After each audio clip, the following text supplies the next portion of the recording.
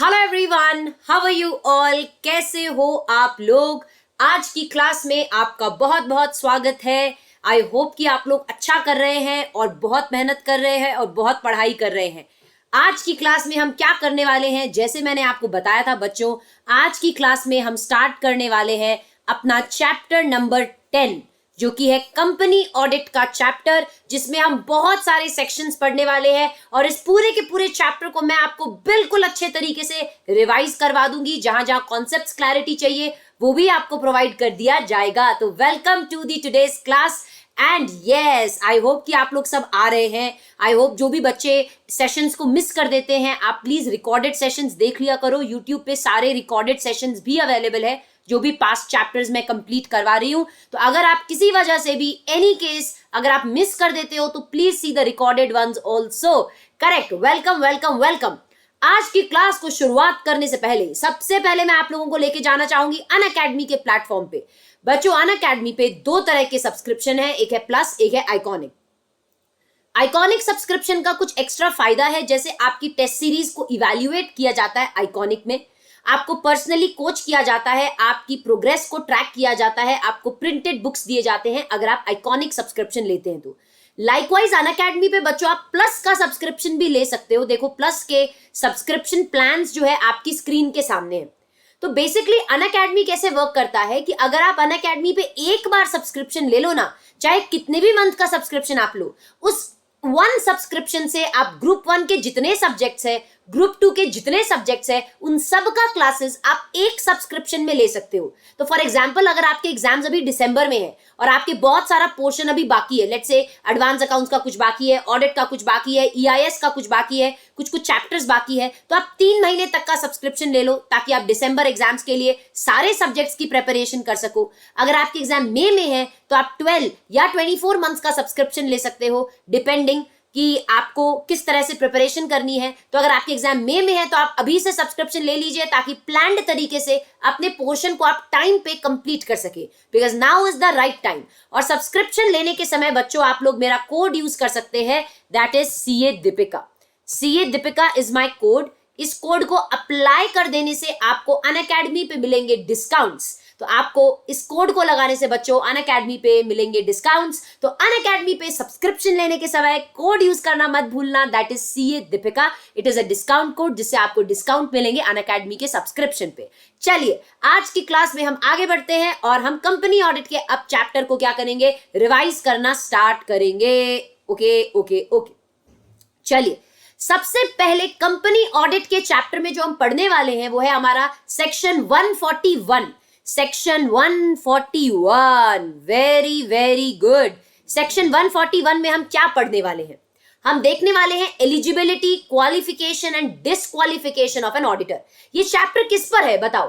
Company audit पर। मतलब एक कंपनी की ऑडिट कौन कर सकता है, कौन एलिजिबल है, कौन क्वालिफाइड है, कौन डिसक्वालिफाइड है, ये हम इस सेक्शन में पढ़ने वाले हैं। तो इस क्लास को स्टार्ट करने से पहले, जैसे मेरी क्लास का रिचुअल होता है, क्या आप लोग तैयार हो? Are you ready? If yes, आप मुझे कमेंट सेक्शन में बताइए, yes madam we are ready. तो अगर आप तैयार हैं तो हम सेक्शन 141 से आज की क्लास की शुरुआत करेंगे और कंपनी ऑडिट को रिवाइज करते हुए जाएंगे। चलो everybody, let me know in the comment section everyone. चलिए फटाफट, बिल्कुल, चलो, very good. Let's get started. सबसे पहले अपने पढ़ते हैं सेक्शन 141। जैसे मैंने बोला, सेक्शन 141 किस पर है?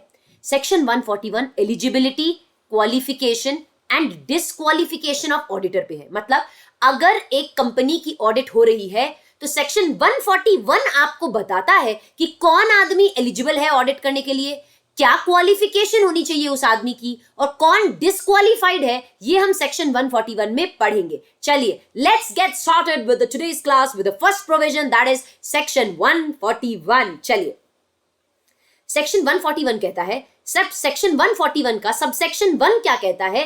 A person shall be eligible for appointment as an auditor of a company only if he is a chartered accountant.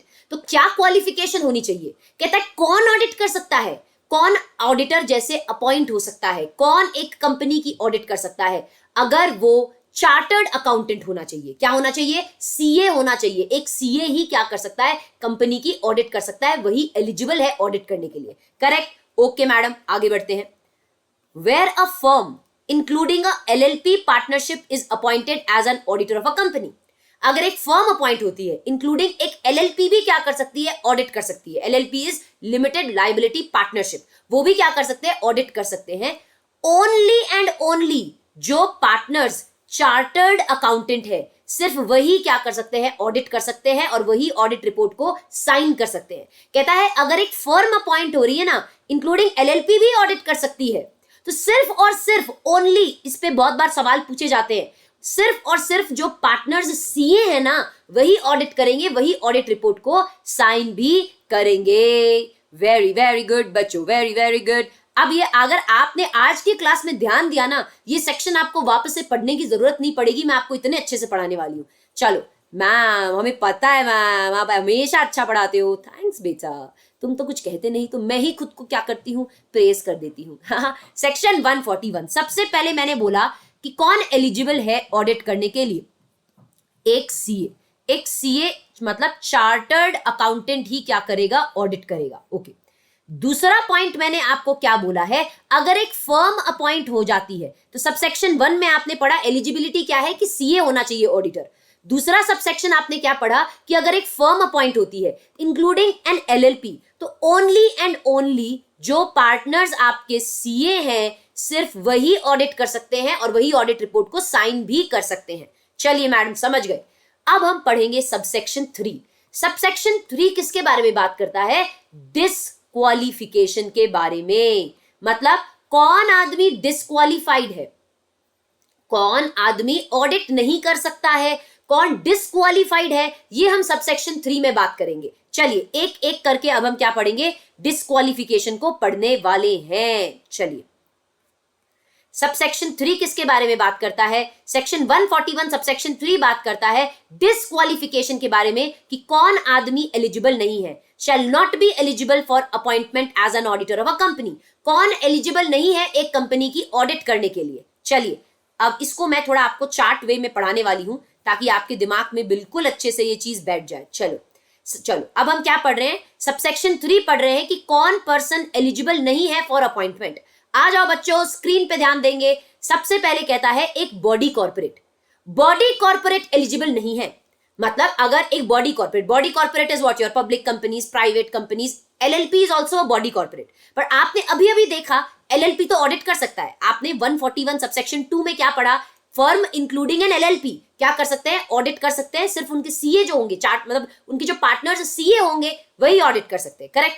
तो कहता है अगर आपकी एक बॉडी कॉर्पोरेट है, एलएलपी कर सकते हैं, तो बॉडी कॉर्पोरेट अदर देन एलएलपीज जो है वो आपके एलिजिबल नहीं है ऑडिट करने के लिए। तो बॉडी कॉर्पोरेट्स एलिजिबल नहीं है अदर देन एलएलपीज। एलएलपी एलिजिबल है, तो एलएलपी को छोड़ के जो बॉडी कॉर्पोरेट्स हैं वो एलिजिबल नहीं है।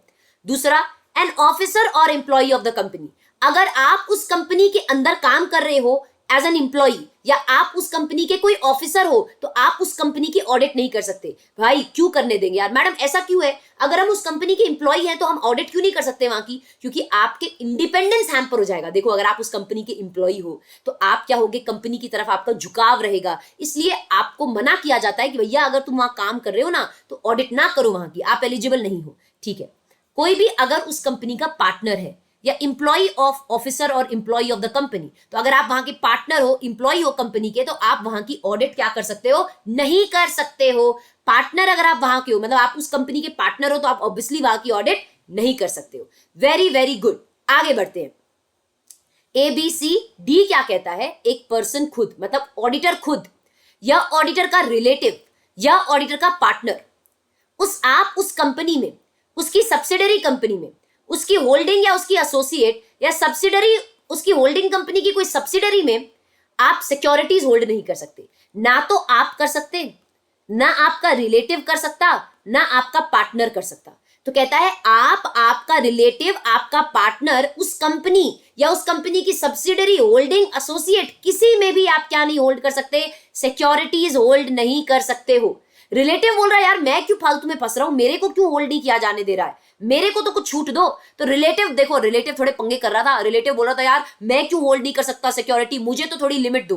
तो ठीक है, रिलेटिव्स को थोड़ा रिलैक्सेशन दे दिया गया। चलो रिलेटिव्स तुम भी क्या याद रखोगे, रिलेटिव्स को बोला गया कि भैया रिलेटिव्स तुम face value not exceeding 1 lakh तक की सिक्योरिटीज होल्ड कर सकते हो। मतलब आप फेस वैल्यू 1 लाख तक की सिक्योरिटीज होल्ड कर सकते हो, उससे ज्यादा की नहीं कर सकते। तो ये छूट सिर्फ और सिर्फ किसको दी गई है, ये छूट सिर्फ और सिर्फ किसको दी गई है, रिलेटिव्स को दी गई है। किसको दी गई है ये छूट, ये छूट सिर्फ और सिर्फ रिलेटिव्स को दी गई है, और किसी को ये छूट क्या है, नहीं दी गई है। ऑलराइट, अगर आप इंडेटेड हो, अगर आप या आपका पार्टनर या आपका रिलेटिव इंडेटेड है, मतलब आपको कुछ पैसा देना बाकी है उस कंपनी को एक्सीडिंग 5 लाख रुपीस, आपको या आपके रिलेटिव को या आपके पार्टनर को उस कंपनी में 5 लाख से एक्स्ट्रा का इंडेट है, मतलब आप इंडेटेड हो एक्सीडिंग 5 लाख रुपीस, तो आप वहां की ऑडिट नक्को कर सकते बेटा, इल्ले इल्ले। ओके ठीक है, अगर आपने गारंटी दी है उस कंपनी को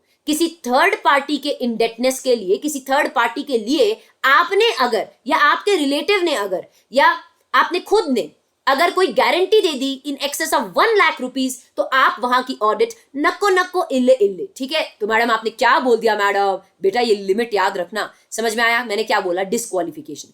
सबसे पहले मैंने बोला भैया भैया body corporate not allowed. Okay, अगर आप उस कंपनी के ऑफिसर हो या एम्प्लॉई हो तो नॉट अलाउड। आप अगर उस कंपनी के पार्टनर हो तो नॉट अलाउड। अगर आप खुद या आपका रिलेटिव या आपका पार्टनर, तो या तो आप, चलो ये आप लिख देते, चलो अगर ऑडिटर खुद या ऑडिटर का रिलेटिव या ऑडिटर का पार्टनर क्या कर रहा है, अगर आप सिक्योरिटीज होल्ड कर रहे हो, इन सिक्योरिटीज होल्ड कर रहे हो, तो आप वहां की ऑडिट नहीं कर सकते। तो यू कांट होल्ड सिक्योरिटीज। आप एक मिनट यहां पे मैं लिख देती हूं, आप वहां पे सिक्योरिटीज होल्ड नहीं कर सकते हो बच्चों, राइट। तो आप सिक्योरिटीज होल्ड नहीं कर सकते हो, ठीक है। पर रिलेटिव्स को कितना दिया गया है, रिलेटिव को बोला हुआ है चल रिलेटिव तुमको थोड़ा बहुत दे देते हैं छूट, फेस वैल्यू 1 लाख तक की सिक्योरिटीज आपके रिलेटिव होल्ड कर सकते हैं, आप और आपका पार्टनर तो बिल्कुल भी नहीं कर सकता। ठीक है, पहला पॉइंट आपने ये पढ़ा।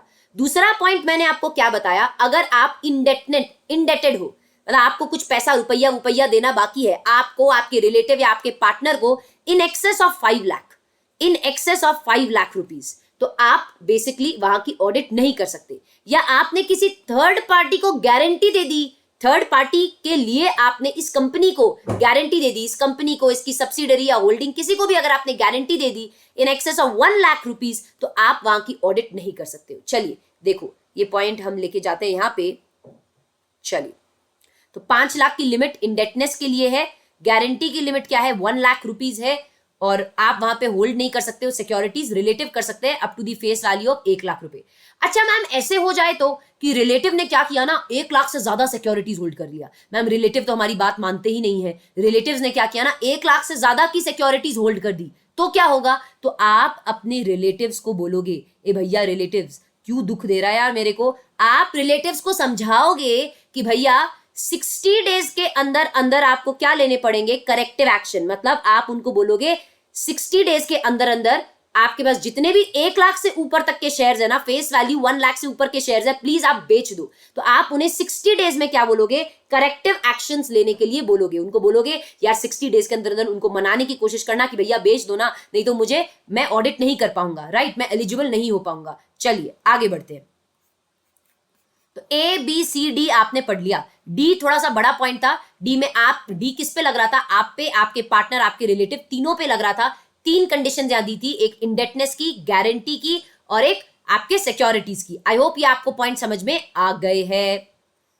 आगे क्या बोलता है, a person firm having business relationship, अगर आपका या आप, अगर आपकी फर्म है या आप खुद इंडिविजुअल हो, अगर आपका कोई बिजनेस रिलेशनशिप है इस कंपनी के साथ, या इस कंपनी की सब्सिडरी या होल्डिंग या एसोसिएट या सब्सिडरी ऑफ सच होल्डिंग और एसोसिएट कंपनी, तो आप वहां की ऑडिट नहीं कर सकते हो। मतलब आपका किसी भी तरह का बिजनेस रिलेशनशिप नहीं होना चाहिए, समझ में आ गया? ऐसा नहीं है कि आप वहां के सबसे बड़े रॉ मटेरियल सप्लायर हो, तो आपका क्या हो जाएगा, वहां पे बिजनेस रिलेशनशिप हो जाएगा। तो आपका उस कंपनी या उसकी सब्सिडरी, होल्डिंग, एसोसिएट किसी के साथ भी किसी भी तरीके का डायरेक्ट इनडायरेक्ट बिजनेस रिलेशनशिप नहीं होना चाहिए। अगर है तो आप एलिजिबल नक्को हो, इल्ले हो, इल्ले हो। इस पॉइंट पे मैं आपको एक चीज और बताना चाहूंगी, यहां पे आ जाओ।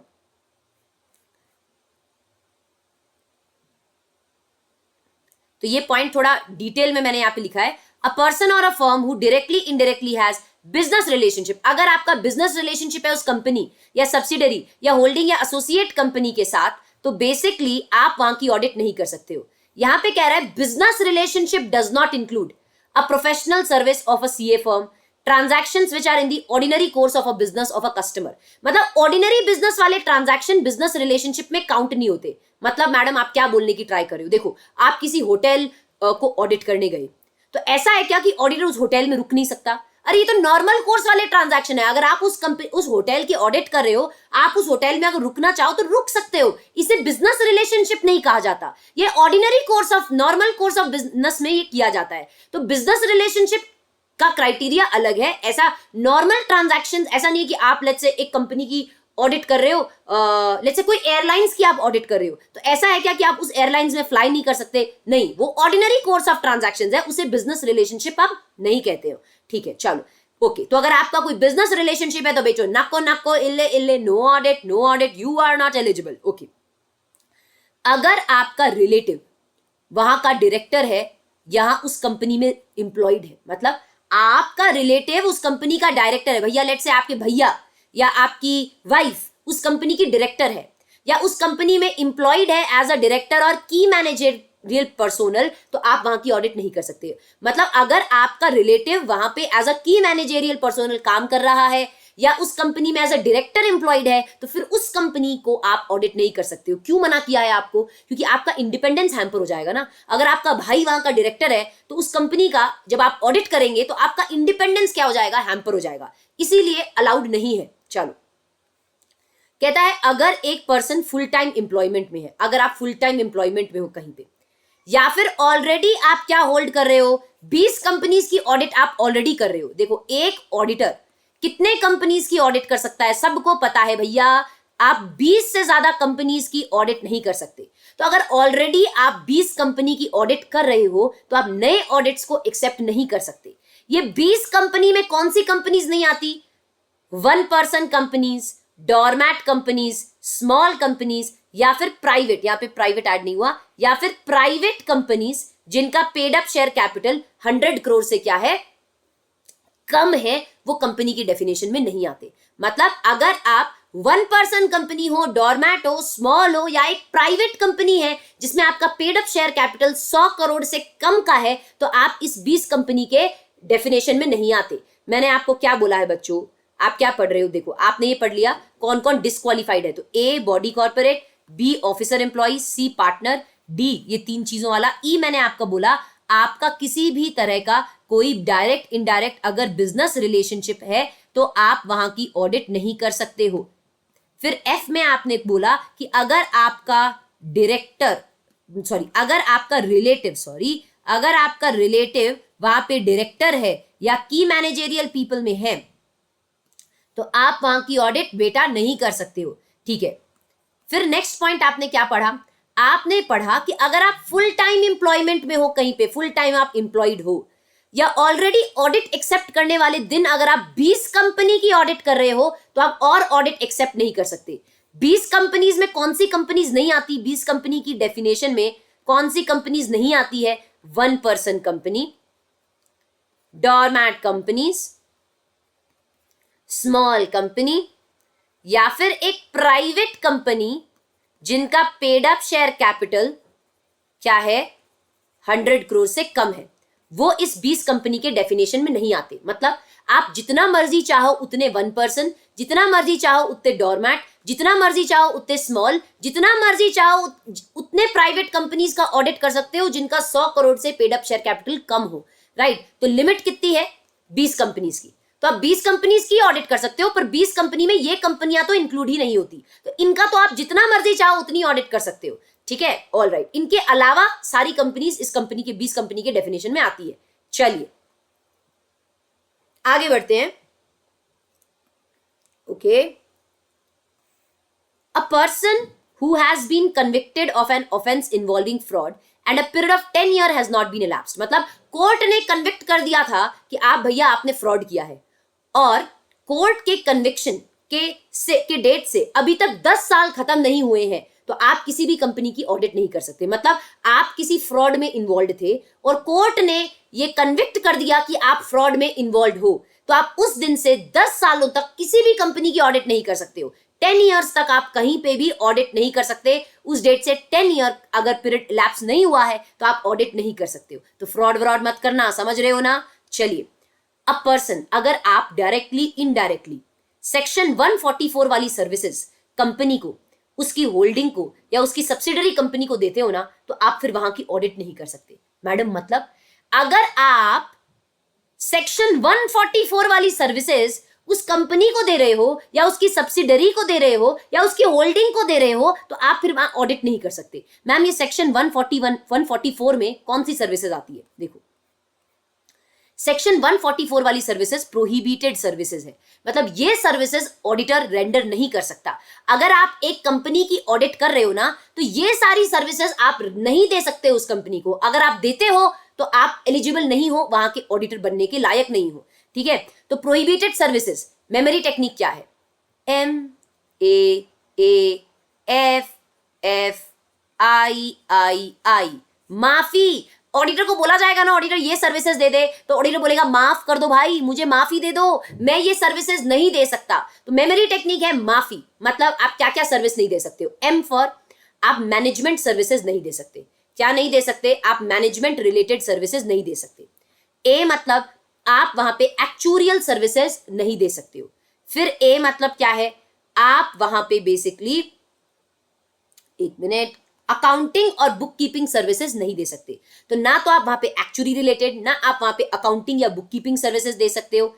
F मतलब आप वहां पे अगर उस कंपनी ने कोई फाइनेंशियल सर्विसेज को आउटसोर्स किया हुआ है, तो आप वो सर्विसेज भी प्रोवाइड नहीं कर सकते। कोई आउटसोर्स्ड फाइनेंशियल सर्विसेज आप नहीं दे सकते। आप वहां का फाइनेंशियल इंफॉर्मेशन सिस्टम डिजाइन और इंप्लीमेंट नहीं कर सकते, आप अलाउड नहीं हो। आप वहां पे फाइनेंशियल जो उनका इंफॉर्मेशन सिस्टम है, आप उसे डिजाइन इंप्लीमेंट नहीं कर सकते, आप एलिजिबल नहीं हो। आप बेसिकली इन्वेस्टमेंट एडवाइजरी सर्विसेज नहीं दे सकते। आई मतलब इन्वेस्टमेंट बैंकिंग सर्विसेज नहीं दे सकते, और आप इंटरनल ऑडिट की सर्विसेज भी नहीं दे सकते। तो सेक्शन 144 वाली कौन सी सर्विसेज है जो आप एलिजिबल नहीं हो देने के लिए? ओके, तो मैंने आपको यहां पे क्या बताया है बेटा? H में आपने पढ़ा कि अगर कोर्ट ने आपको फ्रॉड के लिए कन्विक्ट कर दिया, तो इस कन्विक्शन डेट से कम 10 सालों के लिए, 10 इयर्स का पीरियड के लिए आप किसी भी कंपनी की ऑडिट नहीं कर सकते हो। ठीक है, ओके।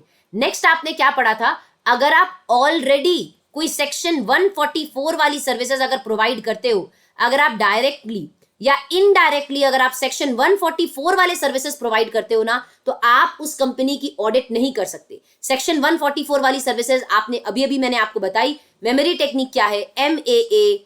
MAAFFIII, माफी। तो आप ये सर्विसेज अगर उस कंपनी को दे रहे हो, उसकी सब्सिडरी को या उसकी होल्डिंग कंपनी को भी दे रहे हो ना, तो आप वहां की ऑडिट नहीं कर सकते। M मतलब management services, actuarial services. A मतलब आप वहां पे accounting book keeping services. F मतलब आप वहां के फाइनेंशियल इंफॉर्मेशन सिस्टम को डिजाइन इंप्लीमेंट नहीं कर सकते हो। उन्होंने अगर कोई फाइनेंशियल सर्विस को आउटसोर्स किया है तो आप प्रोवाइड नहीं कर सकते। इन्वेस्टमेंट बैंकिंग, इंटरनल ऑडिट और इन्वेस्टमेंट आपके बैंकिंग सर्विसेज आप नहीं प्रोवाइड कर सकते, राइट? तो बेसिकली ये सारी सर्विसेज आप नहीं दे सकते। इंटरनल ऑडिट वगैरह की सर्विसेज आप नहीं दे सकते। अगर आप देते हो तो आप फिर एलिजिबल नहीं होगे to be appointed as an auditor of a company. Very good, तो ये सारे पॉइंट्स आपने पढ़े। लास्ट क्या है? फोर्थ पॉइंट क्या बोलता है? देखो, आपने अभी तक 3 सबसेक्शन पढ़ लिए। पहला सबसेक्शन क्या था आपका? पहला सबसेक्शन आपने देखा था कि एक पर्सन कौन होना चाहिए, इंडिविजुअल जो है वो चार्टर्ड अकाउंटेंट होना चाहिए। दूसरा सबसेक्शन था एक फर्म इंक्लूडिंग एन LLP अगर अपॉइंट होती है तो सिर्फ और सिर्फ उनके पार्टनर्स जो हैं, जो CA हैं, वही ऑडिट कर सकते हैं। तीसरा आपने क्या पढ़ा था? डिस्क्वालिफिकेशन पढ़ा था। 141 सबसेक्शन 3 में आपने डिस्क्वालिफिकेशंस पढ़ लिए इतने सारे कि कौन कौन आदमी एलिजिबल नहीं है। तो 141 सबसेक्शन 3 में इतने सारे डिस्क्वालिफिकेशन पढ़ लिए।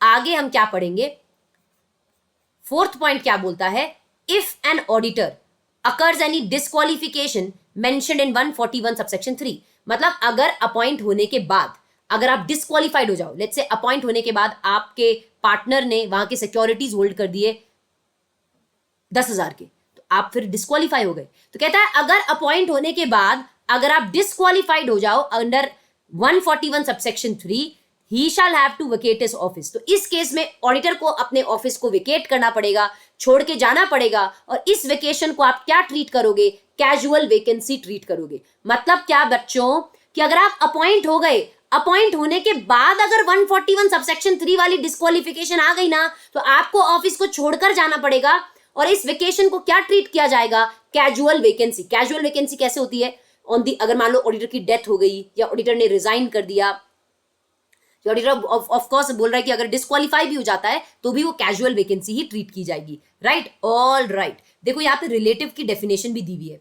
हम अभी पढ़ रहे थे ना कि रिलेटिव, आपका रिलेटिव भी सिक्योरिटी होल्ड नहीं कर सकता या फेस वैल्यू 1 लाख तक की कर सकता है। अगर आपका रिलेटिव उस कंपनी का डायरेक्टर है या केएलपी में आता है तो आप वहां की ऑडिट नहीं कर सकते। तो रिलेटिव की डेफिनेशन में कौन कौन आता है, देखो अगर आप हिंदू अनडिवाइडेड फैमिली हो तो हिंदू अनडिवाइडेड फैमिली के मेंबर्स, ठीक है। हस्बैंड एंड वाइफ, अगर आप एक लेट से एक मेल हो तो आपकी वाइफ आपकी रिलेटिव मानी जाएगी, ठीक है। आपके फादर मदर, आपके फादर और आपके मदर इंक्लूडिंग आपके स्टेप फादर स्टेप मदर भी रिलेटिव की डेफिनेशन में है, ठीक है। आपका अगर कोई सन है तो सन भी रिलेटिव है, सन की वाइफ भी आपकी रिलेटिव है इंक्लूडिंग स्टेप सन। अगर आपकी कोई डॉटर है तो डॉटर और डॉटर का हस्बैंड भी आपका रिलेटिव माना जाएगा। यहाँ डॉटर का, यहाँ पे स्टेप डॉटर आपकी रिलेटिव नहीं मेंशन्ड है, basically it's a error in the section कि स्टेप डॉटर जो है वो आपकी रिलेटिव नहीं कंसिडर की हुई। ओके, अगर आपके कोई ब्रदर है या आपकी कोई सिस्टर है इंक्लूडिंग आपका स्टेप ब्रदर स्टेप सिस्टर, वो भी क्या है, आपकी रिलेटिव होती है। तो आपके फादर मदर सन सन की वाइफ डॉटर डॉटर का हस्बैंड, आपके ब्रदर आपके सिस्टर, सब आपके क्या है, रिलेटिव है। तो ये रिलेटिव की डेफिनेशन है। तो यहां पे हमने क्या पढ़ लिया, पूरा सेक्शन 141 क्या पढ़ लिया, बिल्कुल धुआंधार तरीके से हमने रिवाइज कर लिया। तो ये सारा सेक्शन 141 आपने पढ़ा, एक बार देख लेंगे कौन एलिजिबल है। सेक्शन सब सेक्शन 1 क्या बोलता है, सेक्शन 141 का, सेक्शन 141 का सबसेक्शन 1 कहता है भैया चार्टर्ड अकाउंटेंट एलिजिबल है। 141 सबसेक्शन 2 कहता है एक फर्म इंक्लूडिंग एलएलपी भी एलिजिबल है, पर उसके पार्टनर्स जो सीए होंगे वही ऑडिट कर सकते हैं।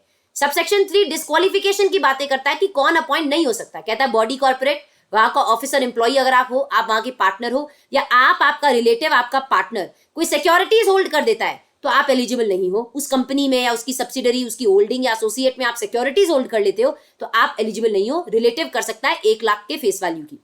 अगर आप आपका रिलेटिव आपका पार्टनर इंडेप्टेड है in excess of 5 lakh rupees, या आपने कोई गारंटी दे दी किसी थर्ड पार्टी को लेकर, अगर आपने उस कंपनी को guarantee they the in excess of 1 lakh rupees, तो आप वहां पे ऑडिटर अपॉइंट नहीं हो सकते। अगर आपका कोई बिजनेस रिलेशनशिप है तो आप ऑडिट नहीं कर सकते। अगर आपका रिलेटिव वहां पे डायरेक्टर या केएमपी है तो आप वहां की ऑडिट नहीं कर सकते। अगर आप कहीं पे फुल टाइम एम्प्लॉयड हो तो आप ऑडिट नहीं कर सकते। आप 20 कंपनीज की ऑलरेडी अगर ऑडिट कर रहे हो तो नए ऑडिट को एक्सेप्ट नहीं कर सकते। 20 कंपनी में 1% डोरमैट स्मॉल या प्राइवेट कंपनी जिनका paid up share capital 100 crore से कम है वो इंक्लूडेड नहीं है। अगर आप ऑलरेडी किसी फ्रॉड में कन्विक्ट हो गए हो, कोर्ट ने कन्विक्ट कर दिया और उस पीरियड से 10 साल अभी तक खत्म नहीं हुए तो आप ऑडिट नहीं कर सकते। अगर आप सेक्शन 144 वाली सर्विसेज दे देते हो तो आप ऑडिट नहीं कर सकते।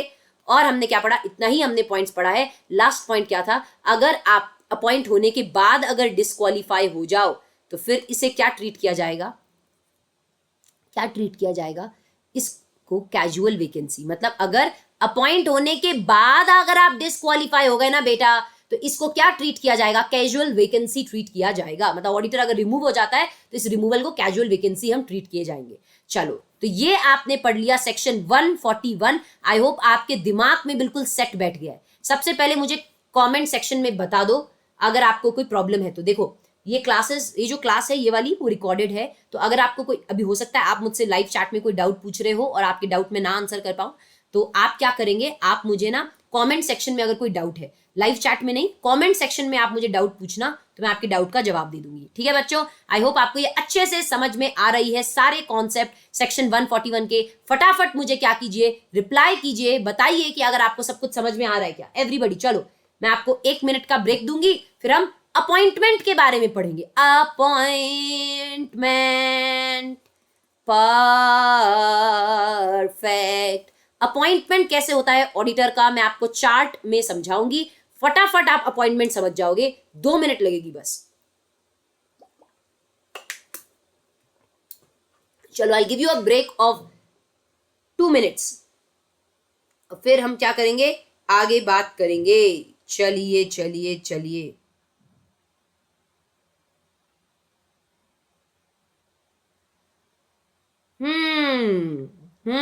कैसी चल रही है पढ़ाई? हाँ बच्चों, आई होप आप अच्छे से पढ़ाई कर रहे हो। बेटा पढ़ाई कर लो, पढ़ाई आपके हार्डवर्क का कोई सब्स्टिट्यूट नहीं है, आपको ही पढ़ना पड़ेगा। कोई तीसरा आदमी आपके लिए पढ़ के एग्जाम नहीं दे सकता, सिर्फ खुद की मेहनत काम आएगी। राइट? हाँ मैडम, पता है यार हमें।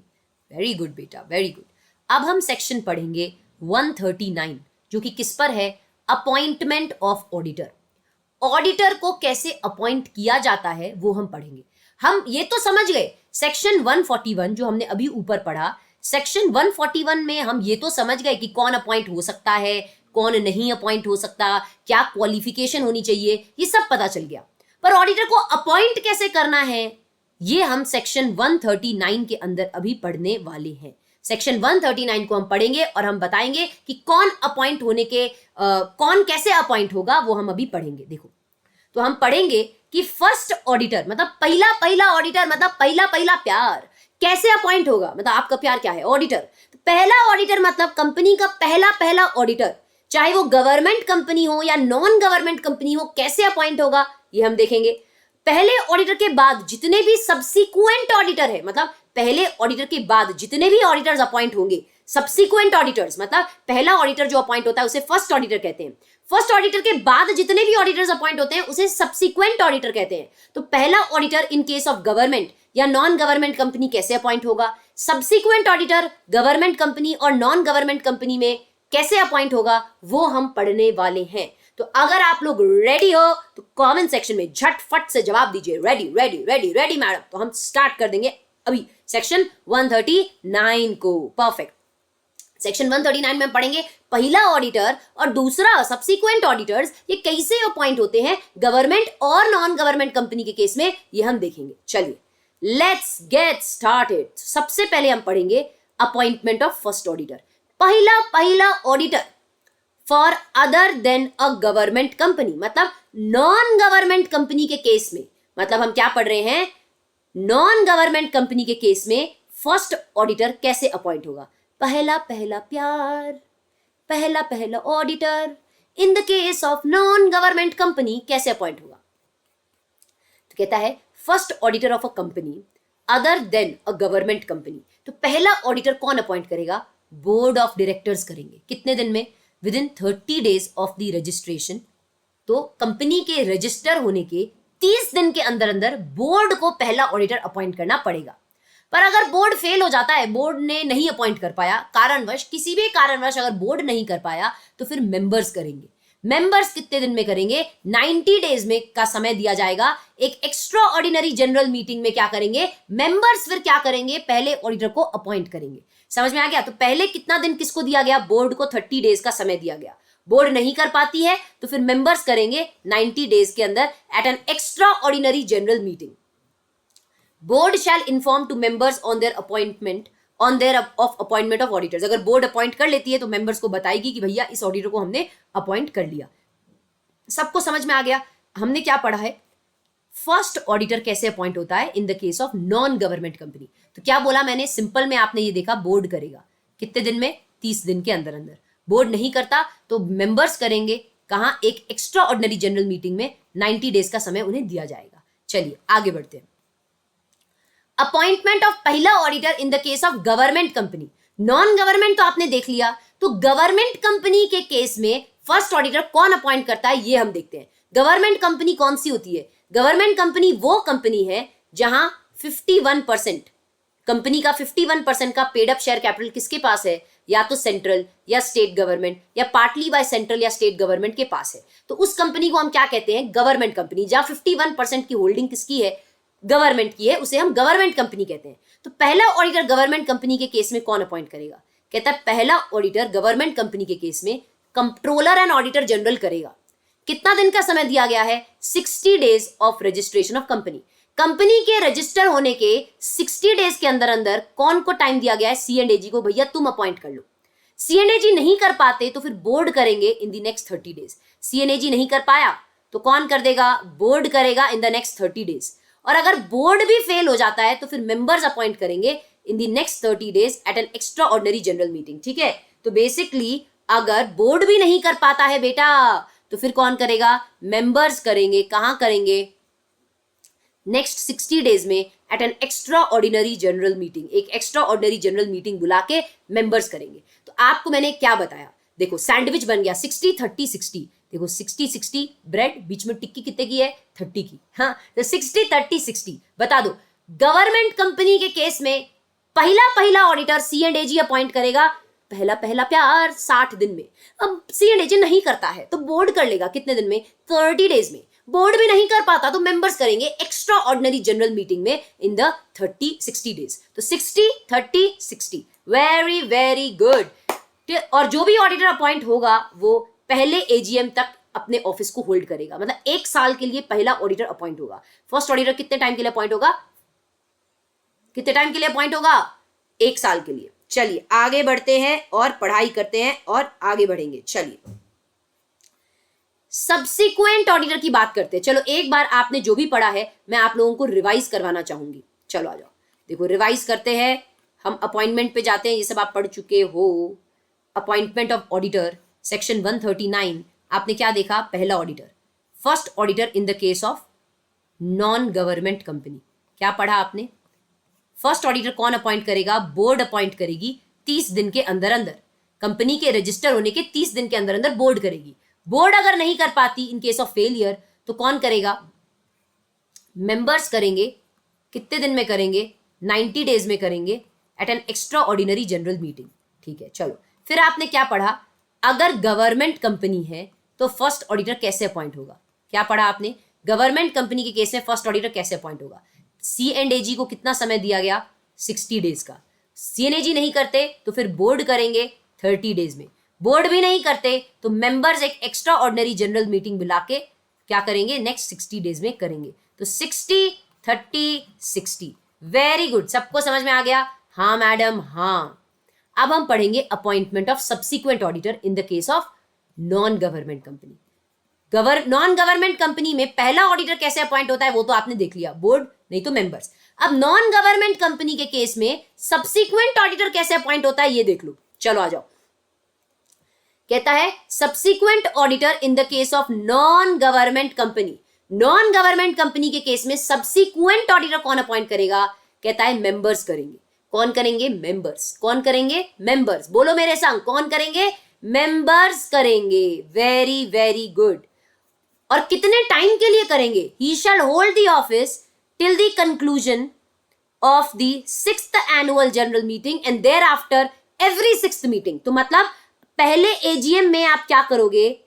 ऑडिटर को अपॉइंट करोगे, सब्सिक्वेंट ऑडिटर को, क्योंकि जो आपका फर्स्ट ऑडिटर होता है वो फर्स्ट AGM तक ऑफिस होल्ड करता है 1 साल के लिए। तो पहले AGM में जब फर्स्ट ऑडिटर गया तो आप सब्सिक्वेंट ऑडिटर को अपॉइंट करोगे। कितने साल के लिए करोगे? 5 ईयर्स के लिए करोगे। तो आपका जो सब्सिक्वेंट ऑडिटर है वो 5 सालों के लिए अपॉइंट होगा। तो 1 + 5 he will hold the office till 6th AGM। और इसके बाद में जितने भी सब्सिक्वेंट ऑडिटर अपॉइंट करोगे 6th मीटिंग में अपॉइंट करोगे। ठीक है, क्योंकि 5-5 सालों के लिए आपका सब्सिक्वेंट ऑडिटर अपॉइंट होता है। ठीक है, simple as that, very very simple, very very nice. चलो आपको समझ में आ गया। तो नॉन गवर्नमेंट कंपनी के केस में कौन ऑडिटर अपॉइंट करेगा? मेंबर्स अपॉइंट करेंगे। कहां करेंगे? पहले AGM में, फर्स्ट AGM में। फर्स्ट ऑडिटर के जाने के बाद पहले AGM में आप सब्सिक्वेंट ऑडिटर को अपॉइंट करेंगे। 5 ईयर्स के लिए करेंगे। तो आप ही शैल होल्ड दी ऑफिस। कब तक ये ऑफिस होल्ड करेगा? Till the conclusion of 6th AGM। 6th AGM तक ये क्या करेगा? ऑफिस को होल्ड करेगा। Very very good. अब नेक्स्ट है इन the case of government company. अगर आपकी कंपनी एक गवर्नमेंट कंपनी है तो सब्सिक्वेंट ऑडिटर कौन अपॉइंट करेगा? बताओ। तो कहता है अगर आपकी गवर्नमेंट कंपनी है तो सब्सिक्वेंट ऑडिटर C&AG क्या करेगा, अपॉइंट करेगा। और कितने दिन के लिए, कितने दिन में करेगा, साल के स्टार्ट होने के, फाइनेंशियल ईयर के स्टार्ट होने के 180 दिन के अंदर अंदर, 180 डेज के अंदर अंदर क्या करेगा, सब्सिक्वेंट ऑडिटर को अपॉइंट कर लेगा। चलिए, वेरी वेरी गुड। तो अब आप एक चार्ट देखेंगे, इस चार्ट में सब कुछ लिखा हुआ है। आहा, very good, thank you madam, thank you बेटा। इसमें सब लिखा हुआ है, अपॉइंटमेंट ऑफ ऑडिटर। देखो, पहला ऑडिटर, अपॉइंटमेंट कैसे होगा ऑडिटर का, first auditor in the case of government company. पहला ऑडिटर गवर्नमेंट कंपनी के केस में कौन अपॉइंट करेगा, पहला ऑडिटर गवर्नमेंट कंपनी के केस में C&AG। कितना समय दिया गया, 60 डेज का from the date of registration. DOR मतलब डेट ऑफ रजिस्ट्रेशन से 60 डेज में। C&AG नहीं करता तो बोर्ड करेगी 30 डेज में, बोर्ड नहीं करती तो मेंबर्स करेंगे at an extraordinary general meeting in the 60 days. Very good. तो 60, 30, 60 का सैंडविच, ठीक है। First auditor in the case of non government company, non government company के केस में कौन करेगा, बोर्ड करेंगे 30 दिन में from the date of registration.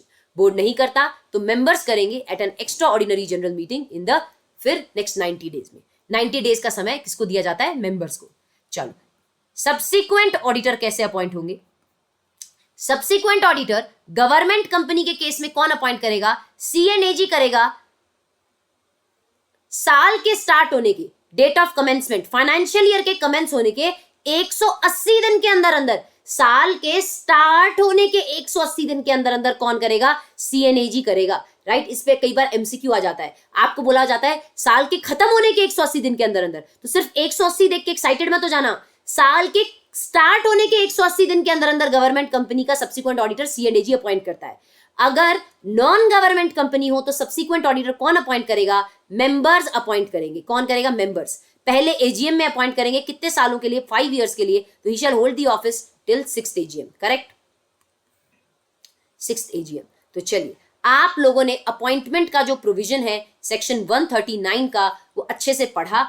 आगे के सेशन में हम क्या पढ़ने वाले हैं, कैजुअल वैकेंसी का पॉइंट पढ़ने वाले हैं हमारी नेक्स्ट क्लास में। आई होप आप अच्छे से, आपने सेक्शन 141 पढ़ा मेरे साथ आज की क्लास में।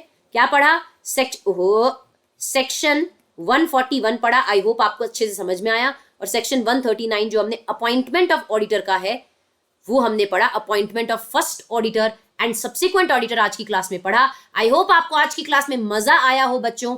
इसी तरीके से हम रोज अब कुछ दिनों के लिए कंपनी ऑडिट पढ़ेंगे। कंपनी ऑडिट का वेटेज आपके एग्जाम में बहुत है, एटलीस्ट 15 मार्क्स का वेटेज है। तो इस पूरे चैप्टर को बिल्कुल मक्खन जैसे हमें करना है, बहुत ही चार्ट बनवा के, नोट्स देके, बहुत चार्ट वे में मैं आपको ये पढ़ाने वाली हूं ताकि ये चैप्टर सिंपल हो जाए। तो आप स्टडी मटेरियल खोल के बैठिए मेरे साथ, बिल्कुल अच्छे से पढ़िए और सारी चीजों को मेरे साथ रिवाइज कीजिए। तो अगर आपको इस क्लास में मेरे साथ मजा आया हो तो एक थम्स अप दे देना, राइट, और अपने दोस्तों को भी बता देना ताकि उनका भी काम इजी हो जाए। और अगर आपने अभी तक अनअकैडमी सब्सक्राइब नहीं किया है, if you are planning to take a subscription, तो आप कोड यूज कर सकते हैं CA दीपिका। बच्चों, क्या कोड है मेरा, CA दीपिका। जोर से बोलो, what is the code, CA Deepika. तो इस कोड को यूज करिएगा ताकि आपको अनअकैडमी पे मिले खूब सारे discounts. If you like my teaching you can use this code. चलिए, तो CA Deepika is my code जिससे आपको डिस्काउंट्स मिलेंगे बच्चों। अनअकैडमी पे अपने हिसाब से सब्सक्रिप्शन प्लान्स को चूज करके ले सकते हैं ताकि आपको ह्यूज डिस्काउंट्स मिले after using the code that is CA Deepika. आज के लिए इतना ही। अगर आपको आज की क्लास अच्छी लगी हो तो थम्स अप देना मत भूलना, कुछ ऐसा सा थम्स अप दे देना, और अपने दोस्तों के साथ भी शेयर करना ताकि उन्हें भी इसमें मजा आए, ये क्लासेस से उनको भी फायदा मिले। आज के लिए इतना ही। Have a good day. कल हम कैजुअल वैकेंसी से आगे के सेक्शंस पढ़ेंगे और रिवाइज करेंगे। आज के लिए इतना ही। Have a good day and bye bye.